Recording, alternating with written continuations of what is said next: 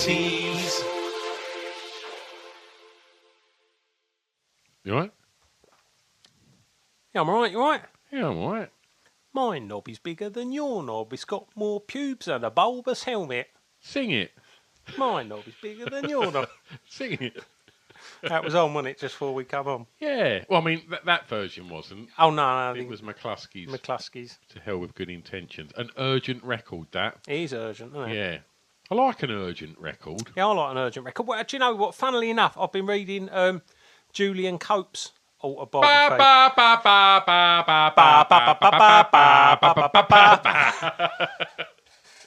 The most urgent, and that and Ace of Spades. Yeah, that's urgent.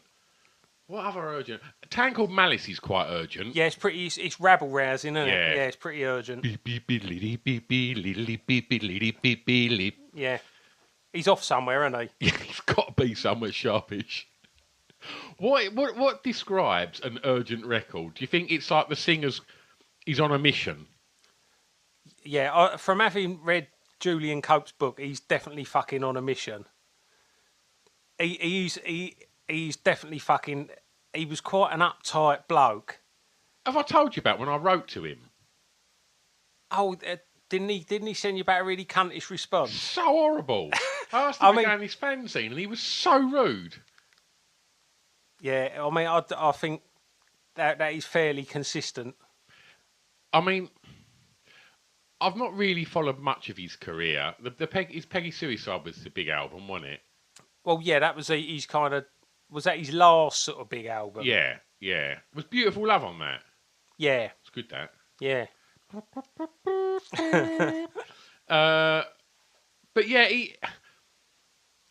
he doesn't really get mentioned much, does he? And he's done a fair bit. No, but he's what you'd call on Wikipedia. He's an orphaned article. Because, does that mean a cunt? No, but he just does his own thing, doesn't he? And don't really worry about who likes it. I would say that's pretty true of him, isn't it? Yeah. Do you reckon he's a bit of a cunt? Yeah, utterly, yeah. Oh, but he's just released a single, and have you heard this? No. He's released a single called Cunts Can Fuck Off. I mean, that's... They can, can't they? They really can. He's hit the nail on the head with that one. He ain't going to get on a chart show with that, is he? No, I don't think he's even chart registered it. But, I think it's a nice sentiment. I think we can all buy into it because cunts can fuck off.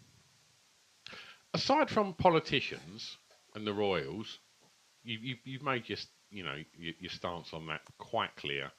I haven't finished, but... No, I know you haven't, mate. For the purpose of getting on with the podcast, yeah. I know. Who else would you like to tell to fuck off? Just one name. I mean, it's all people that know. It's going to just be people that people know that I want to fuck off. I mean, it's like Lab Baby and Ed Sheeran. Just cunts. They can just fuck off. All right. Who would you tell? You always make out you're really easy going on these podcasts. Yeah. I think like Piers Morgan's too obvious. Who else? I don't know. I mean, I have a lot of interaction with our listeners, just saying like, you seem like the more sort of measured, smart. Like a lot of people have said words like I don't know, like brave. I knew we were getting around this. You're such a cunt. I should have spotted it coming. No, do you know what? Chris Moyles. Chris Moyles. Yeah. He's a well-worn cunt, though, isn't he? Like. Yeah. I've made it clear my thoughts on Andy Peters. I won't go there again. Andy Peters? I don't like him. What? Why? Is it because he's black or because he's gay? Neither of those things. Why are you saying that? Well, that's refreshing. Like, it's nothing to do with either of those things. Come on. Why can't you pick a white male target rather than just choosing, Don't hate on the hashtags. All right. What is it about Andy Peters? Do you know what? I just don't trust him. Because he's smug? Yeah. He hasn't aged. That weirds me out. Yeah, that is weird. And he spoilt Top of the Pops. Did he? He got the job, didn't he? He ran Top of the Pops. Ah. And so he signalled the end of that. And like, I think there was a lot of people spoiling Top of the Pops before Andy Peters came along, weren't there? He spoiled with hindsight. With a very different way. Anyway, oh. Are you just going to get this out of the way soon, or have you got a point in the show where you want to mention it? I don't know what you're talking about. Should we just get it out of the way? Let's just get it out of the way. I don't really want to talk about it, mate. You hate talking about it, don't you? So, when would you say that was? Like 7, 8 months ago? I mean, you've mentioned it a few times about how you'd never had an award. Let's get a message from our sponsor. I really don't want to talk about it, mate. So Can't we just get it out of the way so we haven't got to talk about it later on? no, I don't want to make a big deal of it. I don't want to big it up and make people wait for any kind of thing. No, it's all right. No, it's fine. I've got to talk about the sponsor. They've all learned it on your other podcasts. I've got to talk about our sponsor. Our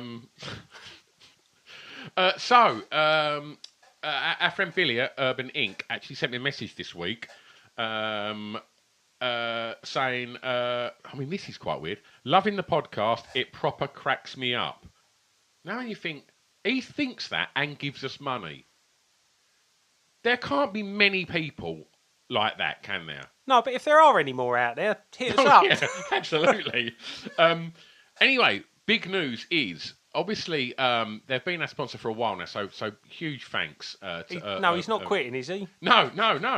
But, so they've got tattoo studios in Southend, Romford and Brentwood. And the big news is at the end of July, Hornchurch, there's a new tattoo studio opening.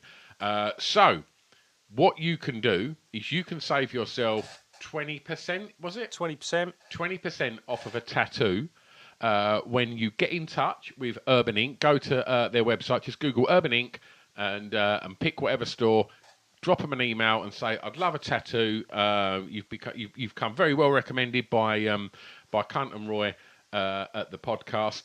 And if you use the discount code Hornchurch. If you use the discount code Hornchurch. You don't need to see his face when he says that. It's really horrible. That's my R face. Your what face? R face.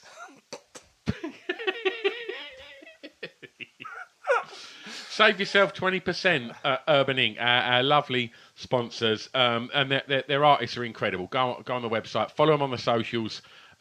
We tag them on the socials for these episodes. So go give them a follow on the socials, check out their artwork, and go down there, get yourself some ink. But make sure when you ring them up or you email them, you get yourself that 20% discount by shouting down the telephone. Church.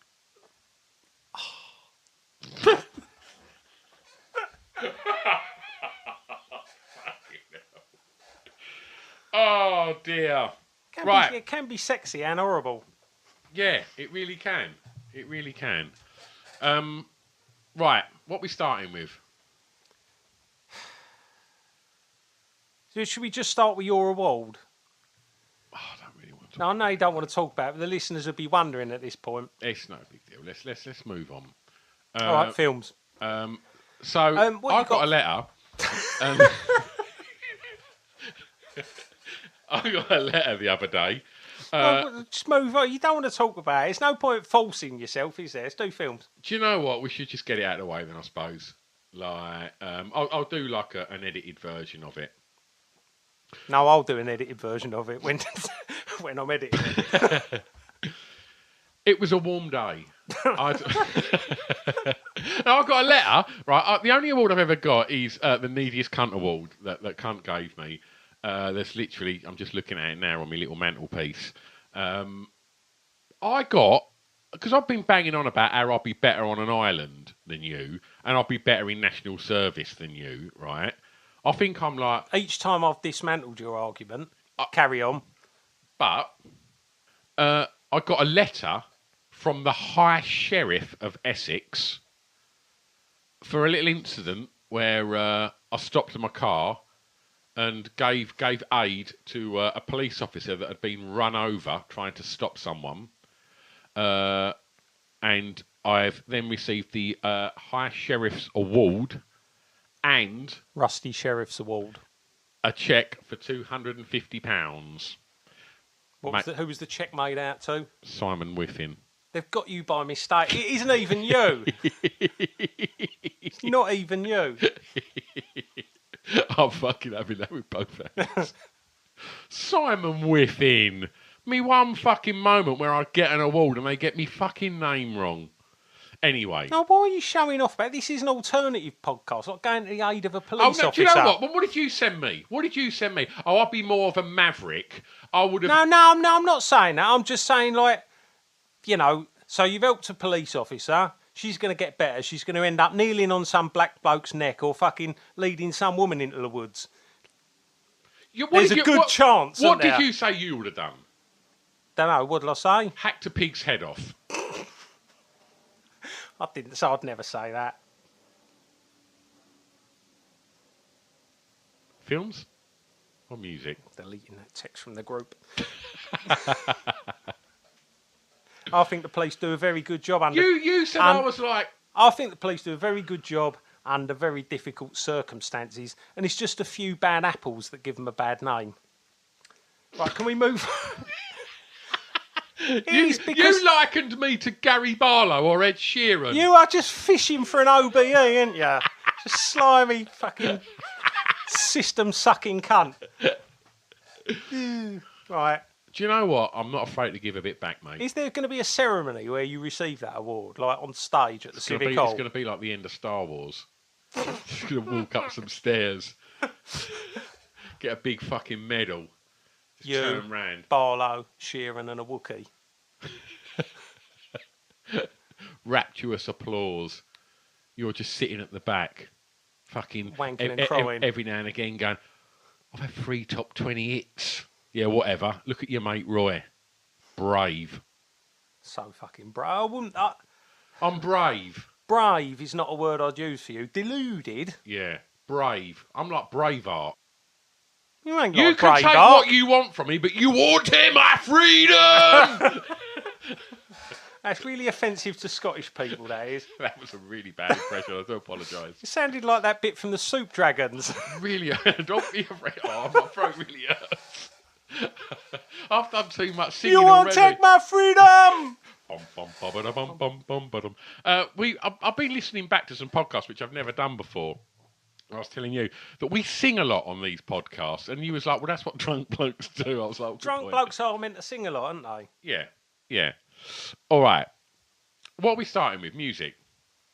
No, we start with films like what we usually do. You reckon that you've listened back to the early podcasts and we start with music? Right. I've got less notes on some things, and I know I've got very little on films, so you might have to take the lead on this. Let me just get up Movie Phone. Hang on. On Movie Web, there was only one film, so we might be grateful of Movie Phone. Oh, mate, it's fucking hundreds. Right, what you got? Tron. Yeah, I got that. Do you remember anything about Tron? I remember it had like a little computer game, like a handheld one that I always really wanted. Yeah. That was it. I don't like sci-fi, do I? You can't just not like sci-fi. Is Star Wars the only sci-fi film you like? Why would you watch any more? Yeah, but that's like having one beer and going like, well, I like my first Foster's. Why would you ever try another beer? It's a really bad example. But, you can't just like one thing and then that's... Like, in that case, you'd have heard Crowded House and then you'd have never gone back and listened to the Smiths. Because I've discovered the whole alternative genre, the pinnacle of it, and it's The Weather With You by Crowded House. Prick. You must like another sci-fi film. Flash Gordon. That's But it. nothing since the 70s. I don't like Alien. About like Hunger Games. Is that sci-fi? Well, Sci-fi is like... I know what you mean. It's more sort of dystopian, isn't it? Yeah, I want laser guns, lightsabers, and action. And I don't want to have to think about it. Things like Alien, you have to think about it. Yeah, best just stick with Star Wars. Thanks, mate. I'll tell you, I've never seen Tron, I don't think. Have you? I have, but I found it a bit like just couldn't really get into it. It's all right if you found it boring and you don't really like sci-fi. No, I started. Fucking Barry Norman. I started reading about it. No, you didn't read about it. What? Oh no, I thought you could say you read it. Like, Oh, yeah, I mean, that's the thing. Is any film you can name, I've probably read the book already, and it was better. So, because you can go into more detail in a book, so I started to read up about Tron on Wikipedia, and like it just the Wikipedia entry didn't hold my interest, and I didn't get any further than just reading it was like a sci-fi film with a very early use of computer graphics. so did it sort of have a couple of lines about it, and then it just sort of tailed off by saying, "Oh, don't worry about it. Roy do all the prep." No, it just said, like, Roy will probably just bang on about Star Wars and say there's nothing else anyway, so it's a waste of time doing any prep because he'll just shout you down and then end up talking about his award again. I wonder if I would have been a Jedi. Officer and Gentleman come out on July the 28th, No, it 1982. Yes, it did. No, it's been out already. No, it ain't. Did you get this on movie phone? Yes. Love lift us up where we belong. Who sings that? Joe Cocker and Jennifer Warnes. He had a beard, didn't he? He did, yeah. Do you think he had a bearded sound? What would you do if I sang Moon? It's quite bearded, isn't it? Yeah. It was a sort of Scottish bearded sound. Was he Scottish, Joe Cocker? No, was he a Brummie? I think he might have been a Brummie. I have no fucking idea. I'm really disrespecting places at the moment. Where was Joe Cocker from? I'm not sure. He might have been a Brummie. He was really famous, wasn't he? Was he? I don't know if I thought he was American. Nah, he's definitely not. I liked Officer and a Gentleman. I don't know nothing about it. Oh, Richard Gere was handsome then. He was a dish. Yeah, he was, wasn't he? Yeah. Mums liked him, didn't they? Yeah. He's. I think. Yeah, and he. The story goes. The plot of the film is he's a bit wayward. Yeah. Tries to sign up, and he's kind of a bit of a wild card. Much the same with Stripes and Private Benjamin and all that. But this is a serious one. Yeah. There's some love interests in it, and I love it. I got loads of films. What else you got? I've never seen it, but me dad had it. Burt Reynolds and Dolly Parton, The Best Little Whorehouse in Texas. Oh, I've never seen that. Yeah, I remember thinking, I bet that's rude. I bet it ain't. Oh, it's got to be though, isn't it? A whorehouse. Think of the stuff that goes on in them places. What goes on in them places? What, whorehouses? Yeah. Well, just people paying for intercourse with largely disgruntled sex workers. Tron. What else have we got? The Secret of Nim. Remember that?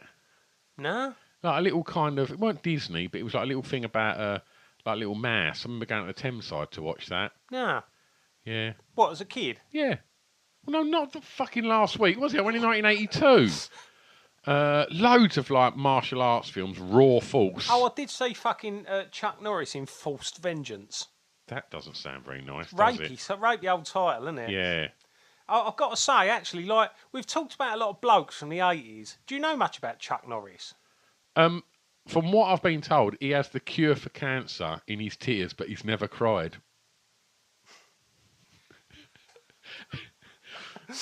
Right, so I just got this is just a little paragraph from his Wikipedia, right?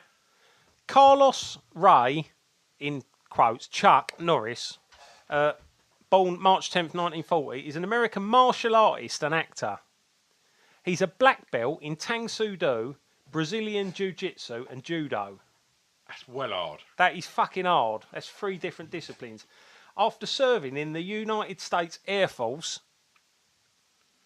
Norris won many martial arts championships and later founded his own discipline, Chung Kuk Do. That's not so good. What? Chung Kuk Do. I mean, like, the name needs a bit of work. It's probably... Chung Kuk. Why is it not called fucking... Chuck up. Yeah. Spunk up do. Yeah. Chuck fuck you up. Chuck fuck you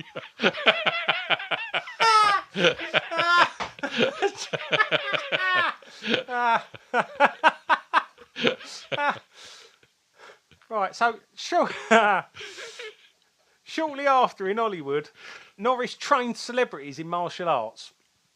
Norris went on to appear in a minor role in the spy film The Wrecking Crew. Friend and fellow martial artist Bruce Lee invited him to play one of the main villains in Way of the Dragon. So you got someone. He was a black belt in 3 different disciplines. Started his own fucking discipline. He was in the US Air Force. Yeah. You've got to be fucking tough to be in the air. It's not all just fucking sitting around playing soggy biscuit. No. Like, you've got to be tough. And then he trained like feeble celebrities in martial arts to appear convincing. That takes some fucking doing. And he was in a film with his mate, Bruce Lee, the hardest man in China. He's basically like the American Pat Roach. Is there anyone harder than Chuck Norris in the world? I reckon Roach would have given him a run for his money. I don't think he had the disciplines. Yeah, I think Roach would have been tooled up. I think Roach would. I reckon Norris would have got a few off at him, and Roach would have been, "Oh fuck this," and like I reckon he would have had like a fucking, I don't know, like a table leg or a wheel brace or something like that, and just fucking gone to work. So are you picturing the fight in a scrapyard? Yes, of course. He turned up on fucking Roach's doorstep, wasn't he? Well, see, I was imagining it in a ring, Big Daddy's brother announcing it all. Norris comes out. And he's wearing a leotard and he feels a bit embarrassed and self-conscious. That gives Roach the upper hand. Maybe. Roach goes for like a big old wrestling clinch, whereas Norris goes for a fucking roundass. Bollock pops out the side of the leotard. He feels vulnerable and exposed. Before you know it. Yeah, I don't know. It's a close Roach match. Roach tag daddy. Easy. Yeah. Before you know it. Yeah, Norris is on his back. And the old Brazilian Jiu-Jitsu. 1, get you 2, 3, it's all over. Crabtree's fucking got fucking 25 stone on you. Game over. Yeah. Any other films? There's lots of, there's a film called Zapped. And it's literally the cover is a woman bent over a desk and 2 blokes leaning through a window, looking up her skirt, trying to grab her ass. Different times, the 80s, wasn't it? It was acceptable in the 80s.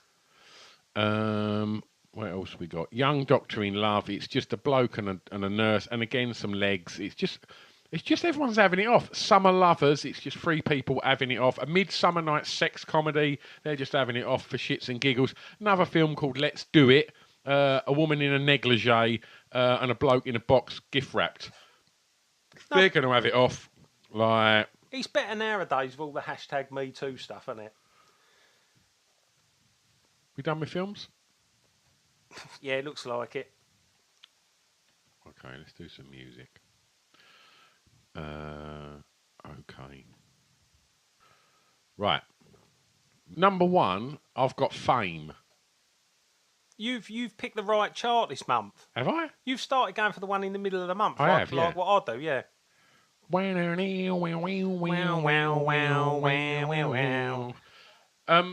Fame. Who's the most famous person you've met? The Bee Gees. That's massive, isn't it? It's up there, isn't it? Yeah. I mean, I didn't meet them properly. Like, I just went to see they'd done like an acoustic gig at the Capital FM Expo. Yeah. And they come to the front of the stage afterwards and was just signing everyone's albums and stuff. And I got all 3 Bee Gees signature. Oh, it was still Barry Morris and Robin. Yeah, wow. Yeah, the full crew. Yeah, I suppose that must have been in like early 90s. So was that You Win Again, So Little Time? Yeah. They'd done just done a couple of acoustics. So they'd done To Love Somebody. It was fucking amazing. Just hear it with an acoustic guitar and the harmonies. Wow. That's a moment, isn't it? Yeah. That same day, got all 3 signatures on my Nitzer Ebb t-shirt and Arthur Mallard's. Sort of took the value out of it. Quite a bit, hasn't it?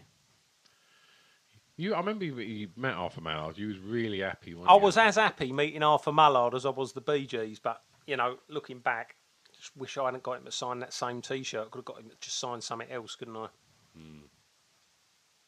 Dirty man. Disgraced Pearly King, Arthur Mallard. I've got the Nana. Do you know what he did, Mallard? What? You know what he did, Mallard? Yeah, he done that song from Greece, didn't he, with that other woman? Yeah, that's right, Beryl Reid. Yeah, that's really bad. They just look like a pair of fucking silly old cunts on top of the pops. Yeah, they were just a pair of silly old cunts. Who bought that? Silly old cunts. My nan and granddad, probably. Renee and Renato and Arthur Mallard and Beryl Reid. Beryl Reid, was she the one that was in Mooncat? Oh, I don't know. She done quite a bit of stuff, Beryl Reid, didn't she? Yeah. She was still kind of doing quite a bit of stuff in the 80s, wasn't she? Yeah. Beryl popped up here and there. Bet she didn't know what fucking Mullard was up to. Either she did, or she knew and just chose to turn a blind eye to get on top of the pops. Rest in peace, Beryl Reid. Bananas in the charts with Shy Boy. That's a bit shit, Shy Boy, isn't it? I don't even know how it goes. Used to be a shy boy till I made him yeah. my boy. Yeah. Oh, and then it goes, don't it make you feel good? Shoop shoo-ah. Not to be confused with, don't it make you feel good? Stefan Dennis. Stefan Dennis. Neighbour's heartthrob. I met him walking along Charing Cross Lane one time, and he was wearing like this kind of Christmas jumper. And I stopped him and I got him to sign an aspirin packet. Nice bloke. Yeah, he was perfect. He was perfectly reasonable. Yeah, Oh, not good. like Andy Fletcher from Depeche Mode, but he's dead now, so I'm just going to stop going on about it. Neighbours finished last week. Yeah, You liked Neighbours, didn't you? yeah.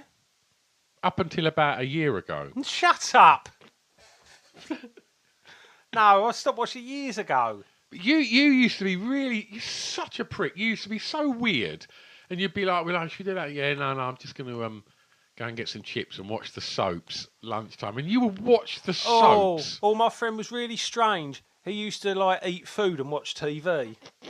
Oh, isn't he weird? No, but you could set your watch by your stupid fucking system. I had a routine. Routine, yeah. You don't need a routine when you're a young man. Come on, we're going to go out. Neighbours home and away first and me chips. I mean, it might turn out I was on the spectrum, and then you're still going to be a cunt about it. Did you have you didn't have a Spectrum, did you? You had a... No, I had an Acorn Electron. You was at home playing with your Acorn. I was just waiting for it to load up. Shy Boy, can you remember the first time you asked a girl out? And did you have pubes? Oh, do you know what? Yeah, I probably can. And probably not.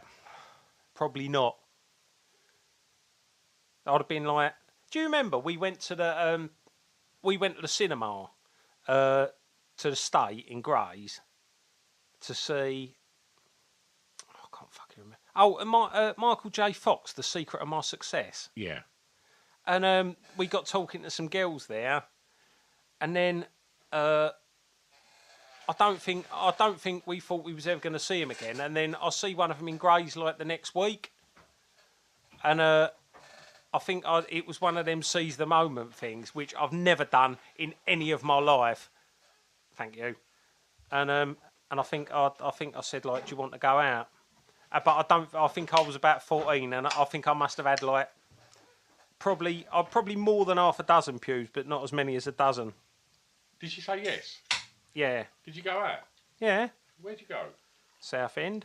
Really? Yeah. Why don't I know about this? Because you were such a cunt that if I'd have told you about it, you'd have turned up with some other little kid Like, and just been shouting at us from another ride or something and just ruined it. And I wanted to hold hands and like maybe just a chance of kissing someone and a nice day out without your chubby little head fucking poking up and ruining it for me. So that's why you don't know about it. that's exactly what would have happened to me. Can I come? No. Please, no. Where you going again? What time are you getting there? Nothing. Oh, dear. All right. So, what else we got in the charts? What do you want to talk about? We'll talk about you asking someone out. I remember going in the fourth year at junior school, going to York on a school trip, and there was a new girl that had started about 6 months previously. They're always a bit more exotic, the new girls, aren't they? Yeah, and she lived in the next road. Her name was Colette. And I proper fancied her. And And I remember like we was saying we had this conversation about how excited we all were, and it was me, Painter, Yeah. and her mate Bev, and Can we just go back to Painter when you finish this story? yeah, all right, and so me and Painter were like, going, yeah. Like, I was like, I'm gonna ask at Colette, and I don't think I ever really had the bottle to do it, but I remember like. We was all just getting a bit fucking clever, and we was all like, yeah, when we get to York, like, should we play like strip cards? And like, and it was never going to happen. Nah. Like, But you're the lads away from home. yeah, and all I remember happening was going there and like, and just as I did pretty much until I was about 30, just nervously fucking just sort of skirted around going, all right, but when we did get home, I did say, do you want to go out? And she went, yeah, Bev, we're going to go out. And I was like, oh, what? Why are you bringing her? And then so I took Painter. Yeah. And like, I remember like going home and like, we was going over black shots. And I remember saying like, Mum and Dad were like, where are you going? I went over black shots. And they were like, who with? And I was like, Painter. And she went, what? Just Glenn? I was like, yeah. And like, and I think my dad was like, "Oi, going out of a bird," and I was just like, "Shut up!" And like, yeah, and then just went out there, and that was it. Beginning and end of. Never asked her out, fancied her. That was it. That's rubbish, isn't it? And York was an anticlimax. We didn't play strip trumps. I just ended up back in my room, and I just remember Malcolm Brand waking up Sid by pulling his arse cheeks as wide apart as he possibly could. And he had the weirdest arsehole I've ever seen. Oh, Sid? No, Malcolm Brand. Oh, Malcolm Brown was pulling his arse cheeks apart to wake Sid. Yeah. I think he was pulling Sid's arse cheeks apart. No. But, yeah, that was the talk of the holiday, was Malcolm Brand's brown eye. Yeah. What was weird about it in retrospect? It had a massive brown ring round it. Oh, really? Yeah, he was a big unit, wasn't he? Oh, I don't know. I don't remember him. Yeah. Is he still a big unit? I don't know. I ain't seen him since I was 11. Well, I hope we don't hear about you talking about his arsehole on our podcast. Come looking for him. Malcolm, if you're listening, that's purely him. Sounds completely normal to me, mate. Mate, if you want to disassociate yourself from that, I'm disassociating myself from 99% of the shit that you come out with on here. That's far more fucking dangerous. You can't. It's coming out on your network. Right. Bollocks. What else we got? I just wanted to say about... So, Painter, that you mentioned in that story... Yeah. His dad was brave. I don't think that was his dad. I think that was his uncle. No, it was his dad. Was it? Painter's dad, he was brave. Yeah. Because this kid was getting bitten by an Alsatian and it had locked its jaws onto the kid, and he ran over and he squeezed the dog's bollocks until they popped, at which point the dog released the child and died. The child didn't? No, the child didn't die. The dog died from having popped bollocks. Do you reckon if someone squeezed your bollocks till they popped, you'd die? Yes. 100%. If your bollocks pop, you die. It's like your belly button. Like they're the beginnings of life. Your bollocks, aren't they? Because that's where babies come from. They live in your bollocks, pop out your cock, up the bird's chuff, don't they? And then grow in a womb and that. You should have considered teaching. And like the cord that comes out of a bird's chuff, like into your belly button, is the source of life. So I've always said that if you get your bollocks popped, or like anything happens with your belly button, you just bleed to death. Because they are the very source of life. Take care, people. Take care. Fountain of life. Because you hear about that all the time, do you? Someone like getting booted in the bollocks, their bollocks pop, and that's it. They just keel over, and that's the end of them. So, what else you got in the charts? The da da da. Where's that? Number 2. Oh yeah. Do you know the story behind that? No. Tell me about Trio. No, I don't know anything about it. Oh, right. It was a Let's chocolate move on bar then. from the 80s, as far as I'm concerned. Do you like number 3? Abra, abracadabra. I want to reach out and grab you. I don't know why, I've just had it in my mind. Abracadabra. I want to fuck a cadaver. That's just been going around in my head for the last 20 years. Fair enough. Yeah, I do like that. Do you like it? Not really. No? What don't you like about it? Don't know. I think it just makes me think of magic, and I hate magic. Why do you hate magic? Tell me a good magician. Paul Daniels? Tell me a good magician. I don't know, like David Blaine or someone? He's not really a magician, is he? Don't know. He's a illusionist. Yeah, but it's the same thing. It's just what the magicians had to rebrand themselves because everyone thought they were like Paul McDaniel. Did you say Paul McDaniels? Paul McDaniels. There's absolutely no way that fucking Dynamo would say abracadabra. No, but like times moved on. Magicians just rebranded themselves as illusionists because whenever anyone said magician, you just think of some little fucking irritating bloke with a massive problem, a horrible little syrup, and a quite rootable wife. Worship me, Debbie. Or the great Soprendo. Beef Paff Poof. He was married to Victoria Wood, wasn't he? Was he? Yeah. Is that a lie? No, that was her husband. Wow. Yeah. Fair enough. Have you got anything to say about Don't Go by Yazoo? I wish I'd said someone else now. Yeah, I would have believed that. Yeah. What? Boop, boop, boop, boop, boop, boop, don't go. That's good, isn't it? Yeah, it's my least favourite of their singles. Just showing off.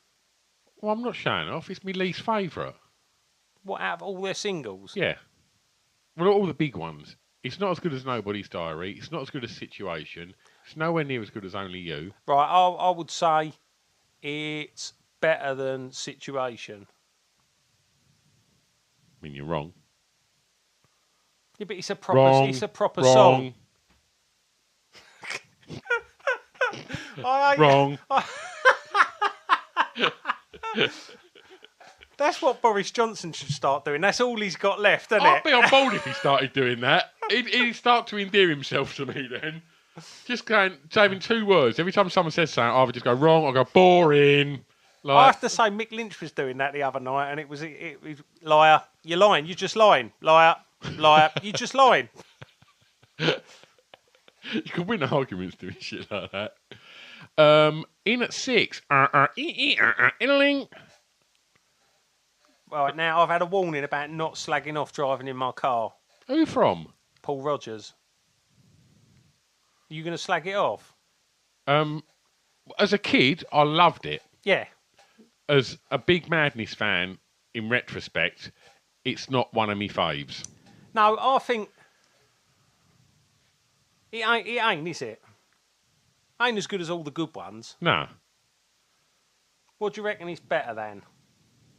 What Madness songs would you say is better than? What would you... I mean, it's probably better than Sweetest Girl. It's not as good as Waiting for the Ghost Train. It's not as good as Uncle Sam. Is it better than One Better Day? No. Do you know what? I think One Better Day is a fucking masterpiece. I really do think. I think that's one of their best ones. It's all right. No, I think you need to go back and listen to it again. I really do think that's a cracker. Honestly. I think in years to come, that will be your crowded house moment. That day you slagged off One Better Day. I can see you've already got regret in your eyes, and you're bouldering on asking me to edit it out. I'll tell you a single that driving in my car. I think driving in my car is better than Return of Lost Palmer 7. I don't know. I really like Return of No, Lost I Palmer do. 7. I don't have a problem with any Madness song. Stop making me hate Madness. Well, stop slagging it off because Paul Rogers is going to cry about it. See, I like that. Waiter. Is it Driving in My Car's got that bit in it? That's Ding, ding, ding, ding, ding, ding, ding. That's like Return of Lost Palmer, so that Yeah. little instrumental bit. There's plenty to like about it, but it's much more disposable than a lot of their other good singles, like House of Fun that we forgot to mention last month. Stood the test of time better, I reckon.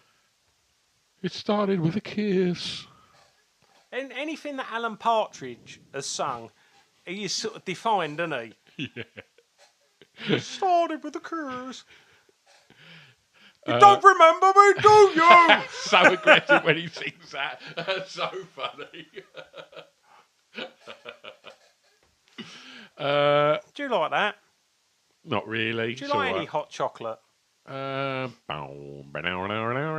quite good, isn't it? Yeah. I believe in miracles. Yeah, sexy little song, isn't it? Yeah. All up to number 9. Come on, Eileen. How didn't? It's weird. In any other decade, that would have gone straight to number 1. Yeah, but I think things were slow burners in the 80s, and it took a little time sometimes for things to catch on and make their way up there. Also, like there's some pretty stiff competition there, isn't there? Like there's some big bands ahead of them, isn't there? Like you think like fucking Bananarama, Yazoo Madness, they all shifted a few units, didn't they? In the 80s, Hot Chocolate, fucking hell. I fucking love Come On Eileen. I really do think it's a fucking brilliant. masterpiece. It is brilliant. It was ruined, wasn't it, by just being played in Pizzazz, our fucking local shit nightclub in the 90s. It's brilliant. It's fucking brilliant. There's a lot going on in that song. I did see that there was an AC/DC track. For those about to rock, we salute you.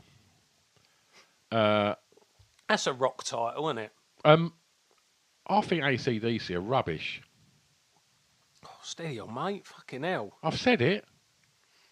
Don't know. Just never really went Well, on my they've got radar. one song that is all of their songs. What's their one song? Well, it's the same thing, isn't it? Everything is the same thing. It's just But like lots of people like it. him just squawking and that fucking bloke dressed as a fucking schoolboy fucking mincing around on fucking... Jimmy Cranky. Jimmy Cranky on guitar. Like, You're alienating a big chunk of our fan base here going against AC/DC. You're going to regret this. I'm not going to regret it. Yo, shut me on,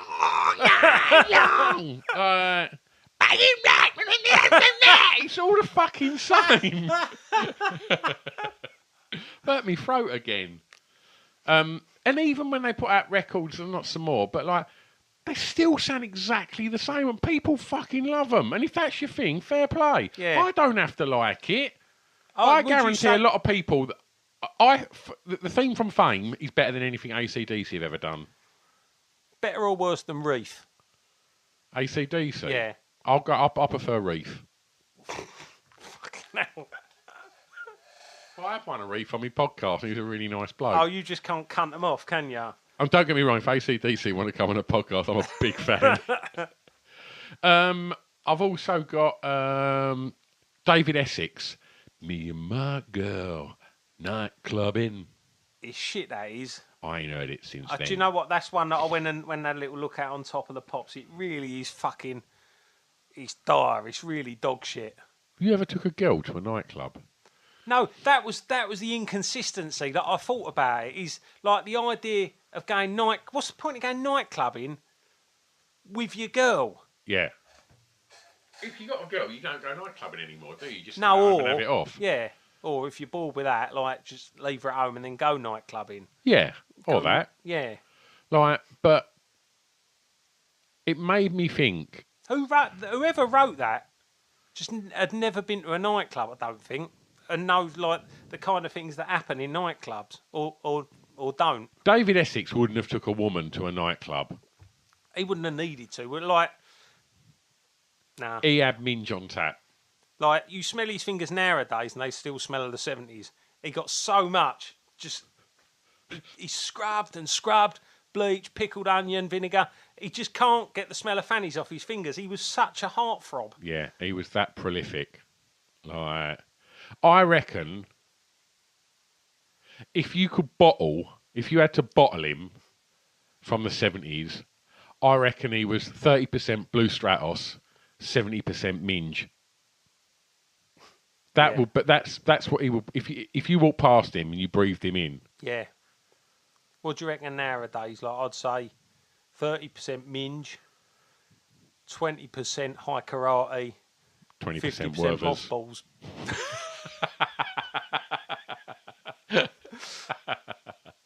Do you reckon he does keep a pocket of nonce nuggets these days?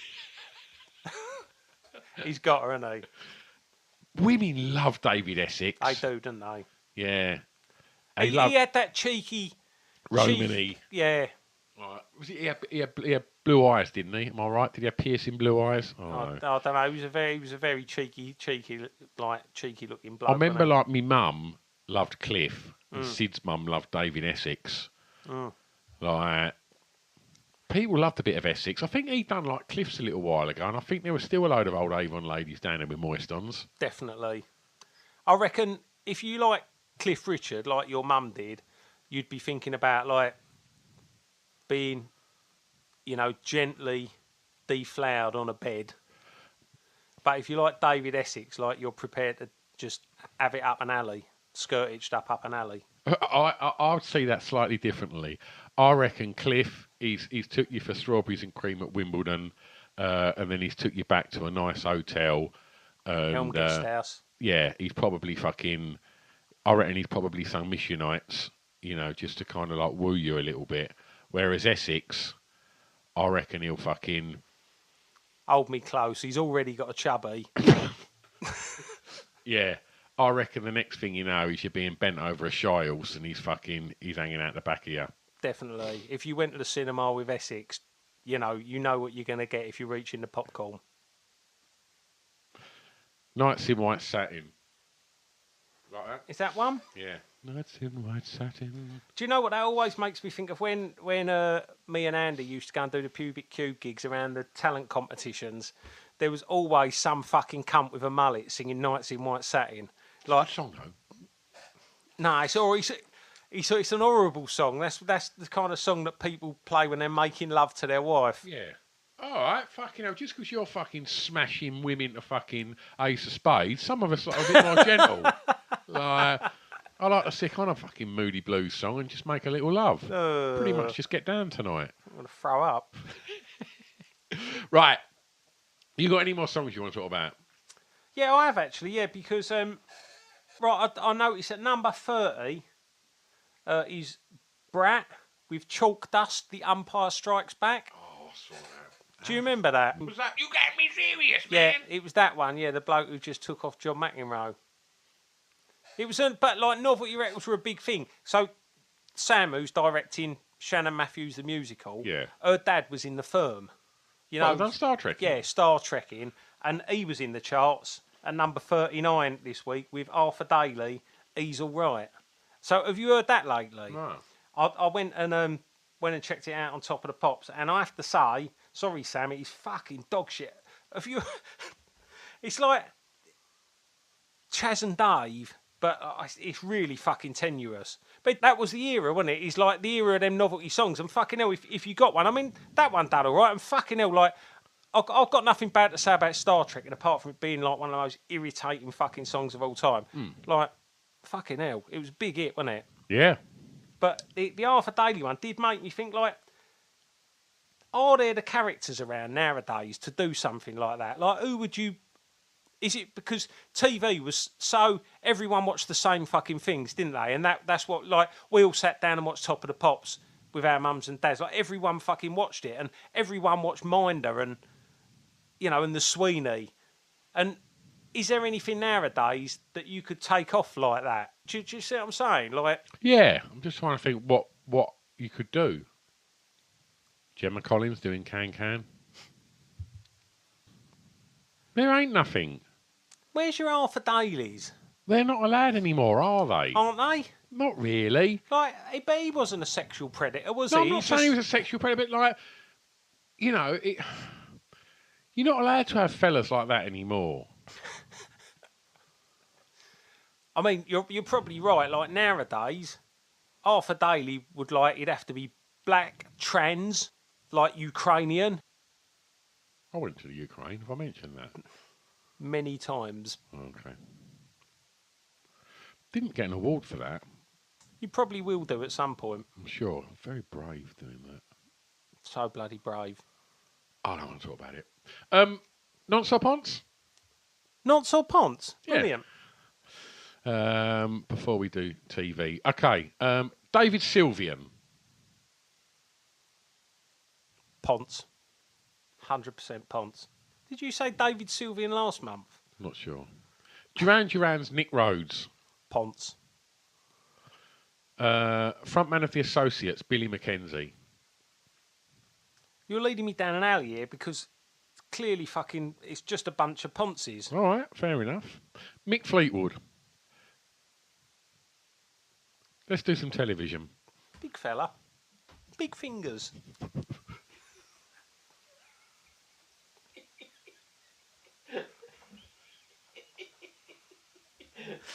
You've got big fingers. Not as big as Mick Fleetwood. You see the size of them? Jesus Christ. Yeah. He'd You be wouldn't want a digit off of fucking Fleetwood, would you? No, well, no, especially not if you're 8.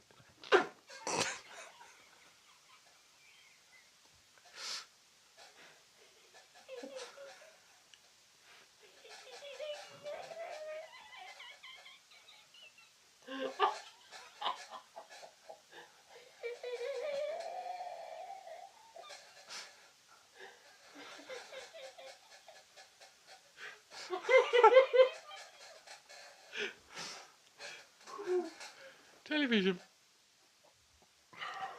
What you got?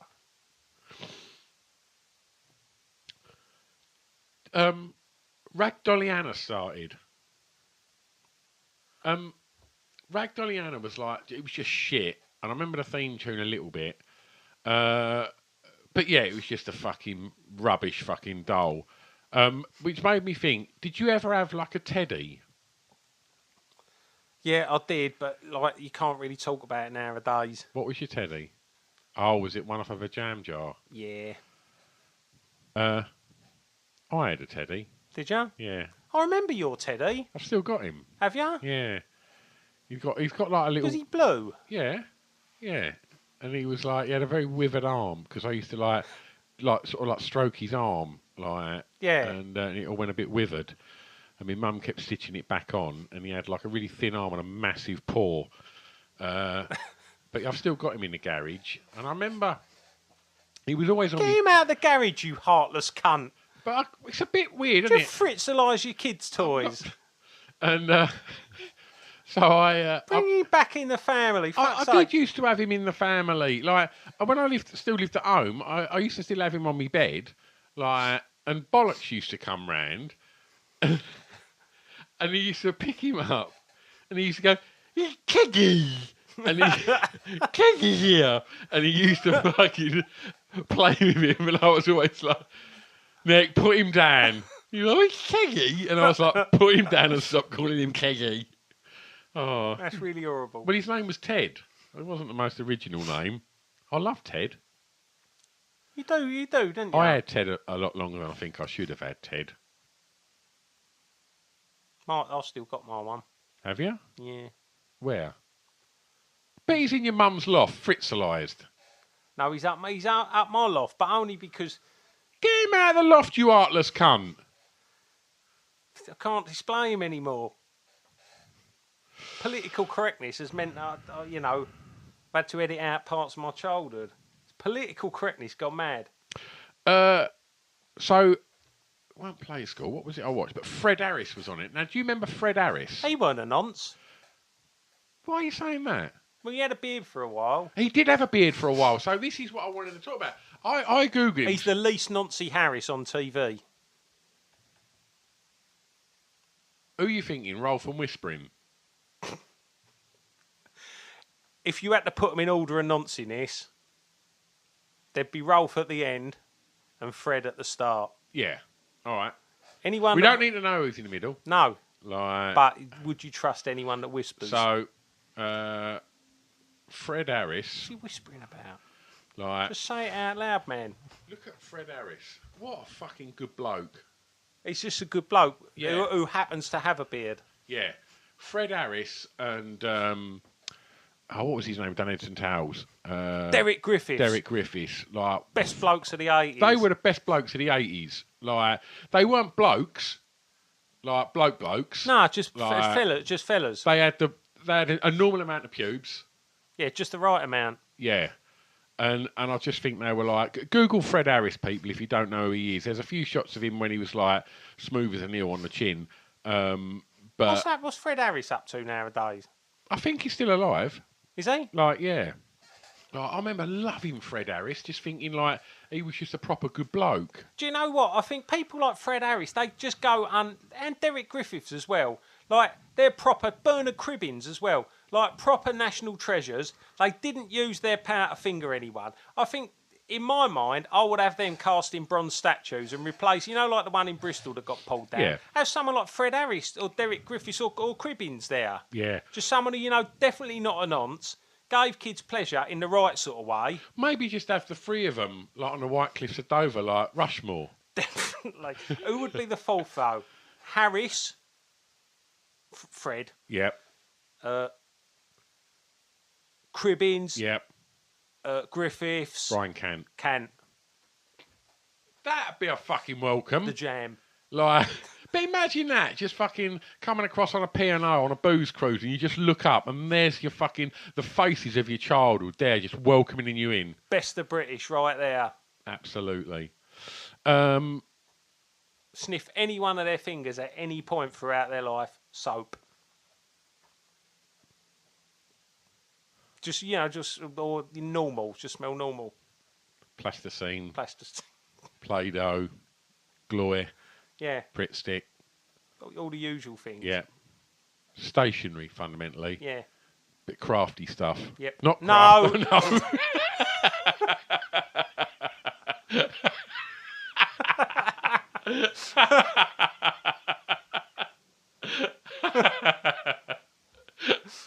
Right, okay. Oh, it's a minefield nowadays, isn't Yeah, I it? know. It really is. Food and Drink started on BBC Two and then run for 20 years. How boring. I've never once watched any programme There was about that food bird. or drink. There was that woman that used to just like sniff wine and just go. It's kind of like a bouquet of fucking piss flaps and fucking flange. Like it was fucking rubbish. Just no. I don't watch anything about food or. Did you watch anything about food or drink? No. I listened to an old episode the other day, and you was saying that if you could replace the royal family, you'd have Mary Berry as the queen. And then you said that she had elderly hands. Oh, Mary Berry. She's an old lady, so she will have elderly hands. What was you eating? They're and not drinking? just elderly though, are they? Like they're wizened, like claws, crab's claws. What was you eating and drinking in 1982? What was your dinners like? I'd still eat one of the cakes though. Like, What was you eating in 1982? What were your dinners? Wouldn't let it put me off. What do you want to say about Mary Berry? No, nothing. Because it's bothering you, isn't it? No, I think she's a national treasure. I think. Thank you. Right, let's nip that in the bud then. We have to herald these people that are national treasures, you know, and just enjoy them while they're still here, because she's not got long left, has she? Like Captain Tom, he weren't around. You know, we didn't know about him for long, so we just had to enjoy him while he was there. That's all come out again this week, isn't it? You happy about that? I'm not happy, but just sort of, you know, when something's too good to be true, it probably is true, you know. And he was just a nice old bloke trying to do something nice, and just like the minute that happens, once you start, you know, making it something more than it is, the vultures fucking come in, take them off to Barbados. There's a selfie with fucking Cliff and Russ Abbott. Next thing you know, he's got COVID, carked it. They've all got their hands in the till. Captain Tom Gin. So, what was your dinners in '82? Did you have was you like the same dinners every week? We had the same dinner every day each week. Go on. I can't really fucking remember. So we'd have had like the ones I remember from being a kid would be we'd have pork chops. You know, with like vegetables and potatoes. Yeah. Another night we'd have haddock and mash. Yeah. And then another night on Thursday we'd have a fry up. Thursday night was fry up night. And I remember this because I used to have this like metal plate which would have been about so big, like about the size of a 7-inch single. Yeah. With like Disney's Dumbo like etched into it. Like, I think I got when I was a really little boy, but that used to be my plate for my fry up. Yeah. And I remember I was probably far too old to have a little tiny plate like that because I remember playing Asteroids. So I must have been like 10. This probably would have been like eight. What do you reckon? 80 or 81. Yeah. I was playing Asteroids on my Atari, and my mum shouting at me that my dinner was ready, like me fry up, and going, "It's going cold." But I was on a high score. I had like 52,000. I'd never ever got that high before. You know, I was like, and like, I didn't want to fucking leave me Asteroids to go and have me dinner. But Yeah. that was a fry up that night. Yeah. Was it there when you finished, or did it get put in the bin? No, it was still there, but it was cold and it weren't quite as enjoyable. My mum had the ump. Okay. Well, have you got any poignant? No, they're all just the same shit. We used to have liver and bacon. I remember having like liver with mash. Yeah. And yeah, we'd have like haddock with like mash. They're pretty grown-up dinners, aren't they? Can you imagine giving kids like haddock and fucking liver nowadays? My kids would be like, fuck off. Like, and yeah, just like pork chop, veg, and like, sometimes it was just like boiled potatoes. I'd be like, oh. I liked all that, though. I did fucking like all that. Boring. Yeah, but you don't really like anything, do you? Like, I've got a new game. what's the new game? Right, it's called Upstairs, Downstairs. Oh, right? sounds good. And it's about bald men up top. I want to know if you think they're bald downstairs. So what's this in relation to? I thought you were going to tie it in with something. No, just some people off the telly and off the music. Upstairs, downstairs. So they're bald upstairs. I want to know if you think they have a tidy up downstairs, or if it's just fucking they've got a lot of pubes. Right, okie doke. Right. So answer with either smooth or bush. Right. Smooth or bush? Okay. Forsyth. Who? Bruce Forsyth. Bruce Forsyth. Forsyth. Yeah. I mean, Brucey. Brucey. So I had no idea what you're. I mean, it's easy to say that with hindsight. Yeah. Go on. Right. Nothing up top. Nothing. Upstairs. Bush. Okay. Interesting. He's got a very long, pointy cock and very low-hanging bollocks, but with a great big grey bush. Okay. I'm liking the idea that we're now going to describe their pencil as well. I think it's like a dog and its owner. Like, Yeah. his cock matches his face. Elton John. What was a bit for no pubes? Smooth. I think Elton John would be smooth downstairs. I reckon it's smooth, and he's got a little button mushroom that looks like a Cabbage Patch Kid. Definitely. His cock's shrunk. Yeah. And like he's just trimmed it back and back and back just to try and Accentuate the it. length. Yeah. He's literally got no stem anymore. No, there's nothing. Just literally just an helmet. Just like a little tiny fucking, like a little hernia just sticking out above his bollocks. It's like a little thumbnail. Phil Collins. Now, Yeah. shouldn't we keep it to the 80s? All right. Phil Collins in the 80s. Bold on top, bush below. But not a massive bush. Nah. Not like Rutherford. He didn't have a bush like Rutherford, did he? No. Just probably the average. Why did Rutherford have so much hair? What was he hiding? Errol Brown. Errol Brown. Smooth on top. Smooth on top, down below, Jackson 5. Really? Yeah. No chance. What, you reckon bold below? Definitely. I mean, nowadays, I'd look at Errol Brown. I mean, he's deceased, so obviously... Is he? Yeah. Errol Brown's dead. Yeah. Errol Brown bread. I did not know that. Yeah. He died several years ago. Oh, shame. But yeah, I mean, nowadays you'd look at Errol Brown, were he alive, and you'd think, he's got the clippers out. But no, Not even clippers. He's big that. What? I don't reckon there would have been a hair on Errol's body. No, he kept a strong bush. I'll maintain it because he was a sexy bloke. The ladies liked him. Yeah. No, I'm just not. I think I'm you would not have trimmed having. that back so they could have seen your sexy thing. Gary Newman. That's a tough one. Has he ever acknowledged that he's bald? Newman. Yeah. No, but why should he? It's his prerogative. All right.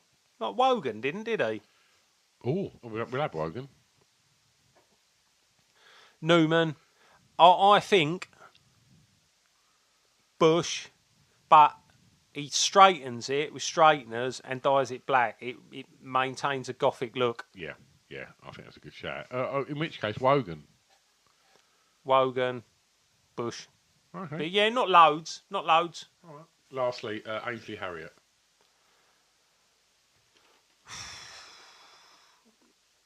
Nah, Bix it. Yeah. Bix it. Definitely. See, I quite like that quiz, but when you said about bold blokes from the 80s, the first two that sprung to mind, you haven't mentioned. Christian. No, I didn't mention. I reckon Gary Christian would probably have like above average pubes. Yeah, Above I average didn't amount say of pubes. Duncan Goodyear because I presume he's got alopecia. I thought you didn't say Duncan Goodhue because he's more sort of like late 70s. No, who was you thinking? Goodhue. Yeah. Who else? So you saying Goodhue because of a medical condition Yeah. that doesn't have any pubes?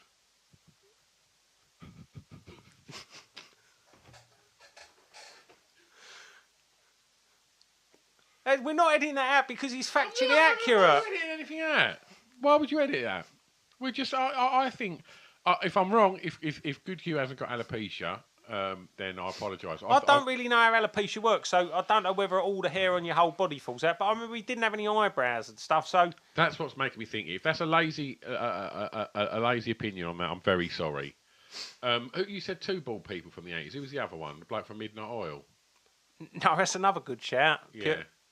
No pubes. Really? No, Aussie bloke from the 80s, mate. Wild down there. You're right. Literally bush. I'm completely wrong. Yeah. Yeah. Who is the other one? You said two people from the 80s. You're forgetting the most famous bold bloke from the 80s. Go on. Was no one else springing to mind? Goodhue. Come on, fucking hell. Goodhue. The second most famous bold bloke from the 80s behind Goodhue. I can't think. The bloke from the Hills Have Eyes. Oh, sorry. Yeah. Well, that could be the bloke from Midnight Oil. Or that ref. Yeah. They're all the same, aren't they? You'll never see either of them in the same room at the same time. Definitely not. It's nice that he had that career that went on. Yeah. Do you think he had pubes? Bloke from Hills Have Eyes? Yeah. No chance. No chance. We just set fire to him. Scary, man. Yeah. Do Do you reckon his cock was angular and lopsided as well? should we do news? Yep. Right, so we've spoke about the fact that blokes don't have, like, proper blokes sort of fizzled out, didn't they, in the 80s? Like, Yeah. We got a carryover from the 70s, and then by the time it got to the end of the 80s, blokes were no longer a thing. No, like, I mean, like as the turn of the 80s, you had the likes of Roach, yeah, McManus, Waterman, Chaz, Hodges. Chaz from Chaz and Dave. Yeah. And then, like, they got replaced, didn't they, with, like, Sylvian, Le Bon. Rhodes. Yeah. Like, Tom Bailey from the Thompson Twins. So much of these things, it's all starting to make sense. This podcast is starting to really kind of explain a lot to me where this Have went. you got anything from it then? Have you started to get something from it? Yeah, because, like, it was at a time where men were no longer defined by how many pubes they had, because as you get into the 90s, people started having a trim up. No one trimmed their pubes in the 80s. Like, no one shaved their pubes in the 80s. Like, so have a listen to this, right? So in this month, the production of the Ford Cortina ends after 20 years and 5 generations, replaced by the Sierra. I thought you was going to say replaced by Remington Ball Fuzz Away. Well, might as well have been. Like, if you went to a showroom and said, how much for the Cortina, mate? They'd be like, well, it's going to cost you like 1,500 quid and just a quick look at your Corey. And it's like, yep, fair enough, yep. Good body of pubes down there. Did they count your pubes before you was allowed a Cortina? I reckon you need a minimum of 400 pubes to drive a Cortina. And that's just at a 1.6. I reckon if you had like, if you're going up, yeah. Like, there was cars where... Did Walk have a Cortina? Definitely. Imagine how many times fucking Pat Roach just pulled into his scrapyard in his Cortina. I mean, I think he had all sorts of Cortinas in his scrapyard in all states of repair. Yeah. Is it the most manly car, a Cortina? It was like, if you just kind of, if you had an all right sort of set of pubes on you, you could probably get away with an Escort. Like, but I think like you had to be able to have a row if you had a Cortina as well. I think like you'd be able to look after yourself if you drove a Cortina. Well, you wouldn't need to look after yourself because you just run them over with your Cortina. Yeah, good point. It'd do a lot more damage than getting hit by a Capri, wouldn't it? Yeah, I mean that was a fella's car. Like, but I don't think it was like Roach wouldn't have drove a Capri. Definitely not. But then like David Essex, I think might have drove a Capri. I think you got smelly fingers more in a Capri than you did in a Cortina. Oh no! I mean, look at this. Did a Capri have back seats? Yeah, it did, but I think you needed to access them by putting the seats forward. Right. Which I think people were perfectly prepared to do. And so arousing was the Capri to women at the time, they were perfectly prepared to wait while you got out and put the seats forward. That makes sense. Yeah. Gave them time to like just itch their dress up and pull their knickers to one side while you're fiddling around with the seats. Yeah. And they were like that leatherette, weren't they? So just anything that gets splashed on them, just wipe it off. Wet wipes straight over that, gone. It weren't wet wipes, it was just like an old rag. It's the 80s. Didn't get any fatbergs in the 80s, did you? Would have been Essex's old Romany fucking neckerchief. He just like, little wipe. That's why he had the neckerchief, wasn't it?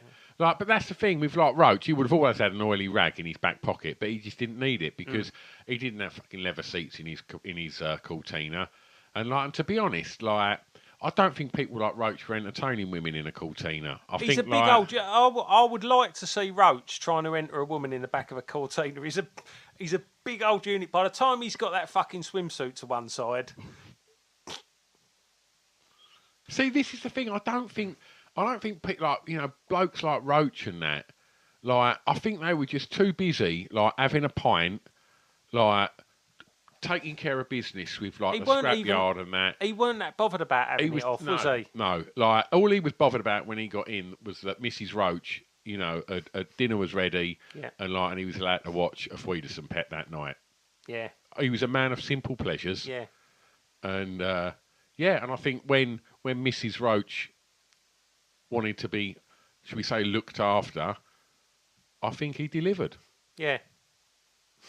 Did your old man had a Sierra, didn't he? He had a blue one, didn't he? Yeah. My dad had a brown Sierra. He had a brown Sierra? Yeah. That's such a conflict of fucking decades. Yeah, I know. Because brown is very 70s, isn't it? Like, yeah. So what year did the Sierra come in 82? Yeah. I'm trying to think when my old man got his Sierra. It was a wire edge, our Sierra. It was a lot of like you had that like light blue one, didn't you? Yeah. There was lots of light blue ones. No, it weren't light blue. Petrol blue? No, it was glacier blue. Glacier blue. Because it was like one of the first sort of metallic-y. Yeah. Good. Yeah. My old man had a silver Escort with like a black plastic roof. That was quite cool. Yeah. But I remember like Sid's old man had like a Cortina, like a blue one, like the old ones from like the fucking late 70s. Yeah. And like he had like furry seats in there, like furry seat covers. Yeah. It was just like just a fucking geezer's motor. Furry seat covers, just like a bit of a no-no, aren't they? I don't know. I mean, my old man never had them. No, but you'd just be like, how are you going to just... Jizz ain't going to wipe up on furry seat covers, is it? Nah, you don't want little fucking, matted up fucking seats full of old spaff. Thing is though, I suppose if you got furry seat covers, you know, and you end up accidentally off in a prostitute, then you haven't got to go and find like a roll up off cut carpet, have you?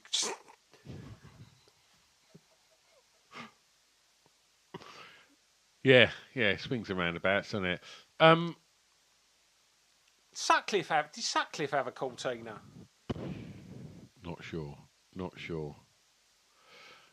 Michael Fagan breaks into Buckingham Palace and is apprehended after entering the royal bedroom. I had a little look at this, and I kind of, I don't know why, I've just cut and pasted a big section off Wikipedia. Go on. Right, so that weren't the first time he'd been in the palace.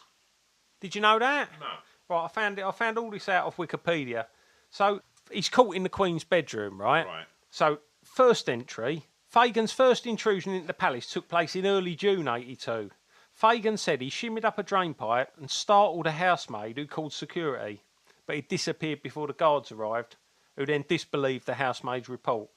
Fagan claims he then entered the palace through an unlocked window on the roof and wandered around for the next half hour while eating cheddar cheese and crackers. 2 alarms were tripped, but the police turned them off, believing them to be faulty. He viewed royal portraits and sat for some time on a throne. That's what you do if you broke into cheese and biscuits, sit on a throne eating them. He also spoke of entering the post room. He drank half a bottle of white wine before getting tired and sneaking back out. Right, so he's done a proper recce there. That's brilliant. He's an early urban explorer, isn't he? Yeah, pucker. Like, I'm loving that. So Didn't know anyone, did he? No, I Just didn't know anyone. Had a look about. Just having a look about. All this fucking security. He only wanted to look about. Grab us another one then. Yeah. Right, second entry. At around 7 a.m. on 9th of July 1982, I think this is when he got caught, Fagan scaled Buckingham Palace's 14-foot high perimeter wall, which was topped with revolving spikes and barbed wire. Why is he not getting credit for this? No, exactly. Like, they should just put him on Ninja Warrior. And then he climbed up the drain pipe before wandering into the Queen's bedroom about 7:15 a.m. An alarm sensor had detected his movements inside the palace, but police thought the alarm was faulty. They're such lazy cunts, aren't they, in 1982? Fagan wandered the palace corridors for several minutes before reaching the royal apartments.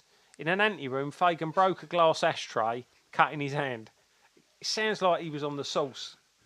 He was still carrying a fragment of the glass when he entered the Queen's bedroom. The Queen woke when he disturbed a curtain. Did he have his hand up a nightdress? An initial report said Fagan sat on the edge of her bed. However, in a 2012 interview, he said she left the room immediately to seek security. Right, so he says arrest. Since Fagan's actions were at the time a civil wrong rather than a criminal offence, he was not charged with trespassing in the Queen's bedroom. He was charged with theft of the wine, but the charges were dropped when he was committed for psychiatric evaluation and he spent the next 3 months in a psychiatric hospital. Now, did you read any of his later life? No. Right. Later life. 2 years after entering Buckingham Palace, Fagan attacked a policeman at a cafe in Fishguard, Wales and was given a 3-month suspended sentence. In 1983, so this is a year later, Fagan recorded a cover version of the Sex Pistols song God Save the Queen with punk band The Bollock Brothers. And in 1997, he was in prison for 4 years after he, his wife and their 20-year-old son Aaron were charged with conspiring to supply heroin. Wow. He's had a colourful life, hasn't he? That's a book. Yeah. So, a couple of things on that. So I'm eating. People don't climb up drain pipes anymore. No, That was well 70s, wasn't it? Like, if you was like, if you got caught, like, you know, in bed with someone's wife, you climbed down the drain pipe, didn't you? Like, and now there's 2 reasons for that. One, the ever burgeoning weight of the population, and 2, we've switched to plastic drain pipes from like cast iron ones. Yeah, good point. So if you're like, they've got them flimsy little clips as well, and they hold them on. So what do you do if you're? The sun makes them brittle. You just wouldn't trust. You wouldn't trust a drain pipe. What do you do if you're having an affair? We'd have to ask some window cleaners or something like that. If like they're in bed and the husband gets in early from work. Yeah. Like sometimes I guess you you hide in the wardrobe or hide under the bed. But if there's no chance of that, you've got to get out the window, ain't you? And But like, I think with 0 hours contracts as well, you don't always know the husband's shift pattern. yeah, You know, and it might be that they've got into work and been let go for whatever reason, and they've got no Yep. they've got no comebacks. They're on a 0 hours contract, so the husband could always be at home at any time. and this is the thing as well. Like most window cleaners are self-employed. If they're taking their life in their hands, because if they do have to get out of the window and their ladders ain't there, chances are they're going to fall. And who's going to pay? Who's going to pay them sick? No one. They work for themselves. You're right, because now any time they spend in bed with someone's wife, they're just really robbing themselves. Because as I found out, like when I used to work for Essex Council, you know, I always made it my job to sort out my five-a-side football, because I could sit there on council time and do all the texts and organise, you know, like make sure there was 10 people, organise the sides and let everyone know. But then the minute I left the council and, you know, started working for myself, you're only robbing, by skiving, you're only robbing yourself. Not the taxpayer. Yeah, absolutely. Yeah, I know what you're saying. Is the juice worth the squeeze for window cleaners these days? I don't think so. I don't think so. Was it a perk of the job? More, definitely in the 70s Definitely. and maybe early 80s. Asquith, I think, would say yes. Yeah. What? Yeah. Handymen don't like... I don't know. Do you think handymen turn up to do jobs now and have it off? No. Do women open the door in negligees anymore? Nope. It's all changed. It's I mean, like in a lot of ways, the world is a much nicer, fairer place. But in other ways, like, no wonder no one wants to be an handyman anymore. Like, you know, when I was an handyman for Essex Council, it wasn't very well paid. Like, there was a few opportunities to skive off, but like, by and large, I'd never end up with my overalls round my ankles, nuts deep in some 40-year-old bird whose husband's on shifts. Like, so what's the point in doing it anymore? No point. Have you got anything for news? Right. I wouldn't so much call this news. More sort of like events. All right. On July the 2nd, 1982, this is called the Lawn Chair Larry flight. All right. On July the 2nd, 1982, Larry Walters made a 45-minute flight in a homemade airship made of an ordinary patio chair and 45 helium-filled weather balloons. That's excellent, isn't it?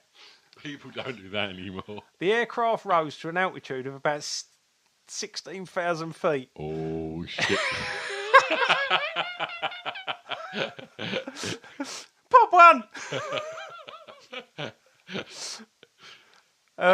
Drifted from Help! It drifted from the point of liftoff in San Pedro, California, and entered controlled airspace near Long Beach Airport. Tell me they shot him down. During the landing, Larry Walters was shot dead. Really? No, I'm only joking. Oh, fucking hell. During the landing, the aircraft became entangled in power lines, and Walters was able to climb down safely. Wow. Yeah. That's incredible. Yeah. Lawn chair. Imagine being known as Lawn Chair Larry. So it was just a bit of garden furniture. He's just some cunt who's tied a load of balloons to his patio chair. How high do you reckon he got before he thought, oh no? 12 foot. Literally. Definitely. He was like, oh, really should have left a little rope so someone could pull me down. I reckon when you start cruising at like 300 foot, you must be thinking, fucking hell, I'm going to space. Yeah, 16,000 feet. You've got to be fucking worried, haven't you? Looking down at aeroplanes and you're on your fucking patio furniture. At the top of the tank engine balloons. That's fucking brilliant. I love mad cunts like that. That's a proper fucking crazy fucking... Yeah. Got anything else? No. I ain't got a lot for sport. No, it's just fucking bollocks, isn't it? Like, We got booted out of the World Cup, didn't we? 0-0 to Spain. And that was the end of us. Oh, did we? I didn't... Yeah. Oh, yeah, that was really disappointing, that, wasn't it? Greenwood quit. Oh, did he? What? Greenwood quit, replaced by Bobby. Yeah. Went on to have a good World Cup in 1986, didn't we? Or was that 1990? Hey, 86 was... Mexico was good. Yeah. Trying to think who we went out to in Mexico. Was it Ray Wilkins got sent off? He was a bloke, wasn't he? Wilkins. Did he have anything downstairs? Yeah. Yeah. I would say probably in line with Collins. I reckon Wilkins had like he had a lot of pubes, but I reckon when it got to the 90s, he was. Imagine Keegan's pubes. They were out of control. Could you see his cock for his pubes? I'm not saying I don't think Keegan had a small cock. I'm just saying he had a lot of pubes. You could probably just see the end of it. Yeah. You got a rough idea as to where it was. Yeah. Yeah, definitely. Or it's a bit crooked. Just poked out in pubes like Gonzo's nose. On the soft. Yeah. Yeah. Yeah. Do you think Keegan was one for the ladies? Yeah. He was famous, wasn't he, Keegan? Yeah. He weren't no Georgie Best though, was he? But he sort of was of his time, but he weren't that kind of bloke, was he? I don't know. I don't know that much about him. I remember thinking he was really cool when I was a kid. He had a proper big old perm on him, didn't he? Yeah. He always just seemed like a decent bloke, Kevin Keegan. He had a lot of pews, but he never misused them. No, he didn't. No. Put them at good use. Yeah. Did you ever think you could be a footballer? No. Did you? Did you ever have any dreams of being a footballer? Nah. I'd love to have been a footballer, but I never once had any fucking aspiration to be one. I was just too shit. Yeah, I knew I was shit. You got an hat-trick one time, didn't you? Yeah, but didn't we beat Dauntless 21-0 or something? Oh, maybe we did, yeah. Yeah, because we... See, that was the thing with our cub pack, wasn't it? Where we all started at the entry age because we was a new cub pack. Yeah. So we got fucking hammered, didn't we? Every week. We got done 22-1, didn't we? Was it over East Tilbury? Allsit beat us in our first ever match, didn't they? I'm trying to think. I thought it was East Tilbury we got done 22-1. We got done 13-3 at our home ground. Was that against Allsit? Because I remember our keeper... Was that Joseph O'Brien? Might have been. Just the ball coming back to him and him looking at the ref as if to say, what do I do? And the ref went, goal kick, meaning just kick it out. And he put the ball down and their player just ran up and booted it in the goal. That says a lot about how good we were. But we was all little kids, weren't we? And we, like some of the people at the end of Cubs were basically men, weren't they? Yeah. And then, but because we all grew up, we ended up with a team who were all like 11. Yeah. And we were playing against mixed teams, weren't we? Between like 11 and fucking 7. So we don't remember winning very often. I think we sort of did towards the end. There was a thing called the Duffel Cup or something, or the Duffer Cup. I don't know. Like the cup team that like got to the final played at Gray's Rec. Yeah. Like, played at the Gray's Grand, and I remember thinking, I'd love to go and fucking play. Did you ever play on there? Nah. Oh, I'd love to have played on there. I knew a bloke after, years after this, I knew a bloke who had a flat that overlooked the ground. And so, you go in there and just watch Gray's Athletic from his flat. Oh, that's good, isn't it? It was good, but he was a right cunt. And then they knocked all the ground down, just built houses there. There you go. Serves him right. I can't think if there's anything left to discuss. I'm having a little look through the news now. Oh, Margaret Thatcher rejects calls in Parliament for the return of the death penalty for terrorist murder. That's a really bleak thing to end on, isn't it? Yeah. See you next month. Bye. Remembering when we were young in the 80s.